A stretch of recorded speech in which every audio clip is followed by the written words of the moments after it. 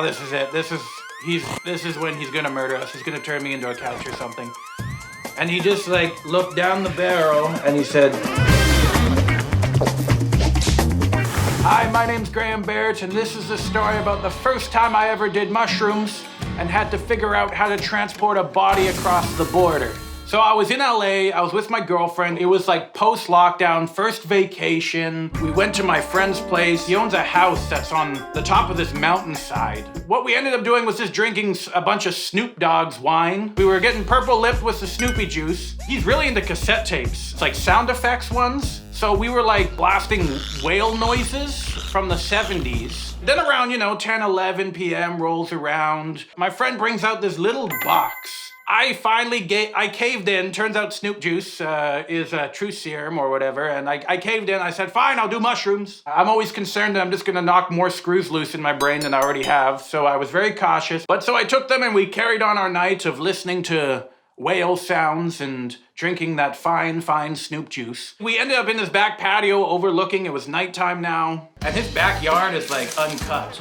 So like, we were just like these old bingo men sitting in these sunken in lawn chairs, and the grass was like up to our shoulders, like eye line level, like I was some kind of tiger. Everything was kind of starting to get moving in my body. I was like, holy heck, this is luxury. I'm up to my neck in jungle. I'm like covered in bugs. Like so many bugs, they're in my hair, they're crawling up my sleeve. And I looked at the lights and they were pulsing. I'm not sure what they were. It felt like someone had pissed in my eye or something because I just couldn't, my eyes were constantly wet. It was around 5 a.m. We call an Uber. We leave our little whale noise location to go into what we thought was just gonna be a normal car. And it turned out to be a Tesla.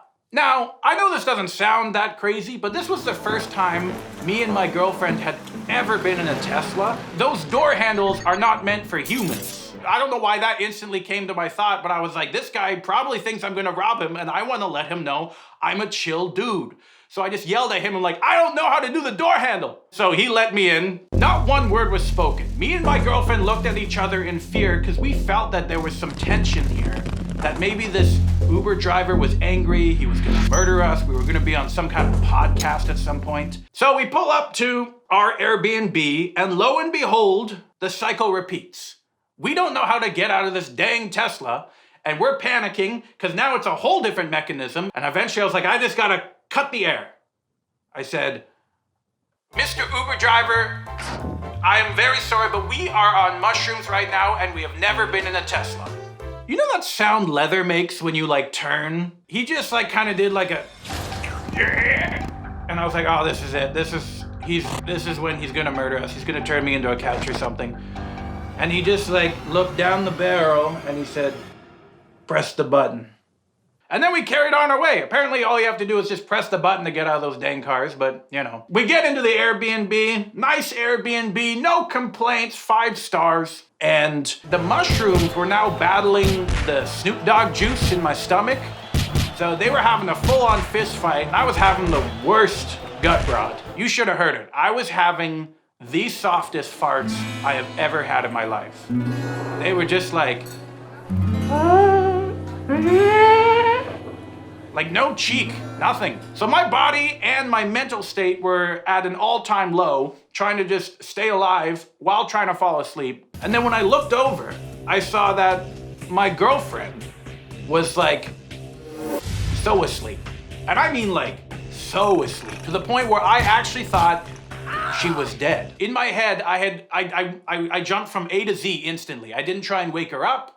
I didn't like look at the breathing or anything. I was like, oh, damn, great, she's dead. Great. And then I went through this whole narcissistic loop of like, okay, so lockdown happens and then we come to LA and now we can't even go to brunch anymore because you're dead. And what are we supposed to do with these Charlie XCX tickets now? I'm not gonna go by myself. I know like 2 songs. Why did we even get them? What the heck am I supposed to do with this body? How do I transport a human body back to Canada? Does Uber have a cleaning fee I have to pay for that? Is there a service that Uber does once we get the body to the airport? I can't just put her in a wheelchair, that'll look bad. So what do? Just put her on the cart? Can she sit with me? Because I don't want to sit with someone else on the airplane, okay? I'd rather sit with a dead body. I don't want to sit with some loser. So now it's probably about 6:30 in the morning. The sun is basically up. I'm in my underwear and I look really good in my underwear, you know? Like really jacked, if anyone is wondering. And I'm on the Air Canada website, Googling, can you transport a body with an economy ticket? Basically, I ended up falling back asleep, and the next day, me and my girlfriend ended up going for brunch. I guess the whole point of the story is, you know, if your friends are on mushrooms and they fell asleep, they're probably not dead. Probably. Tales from the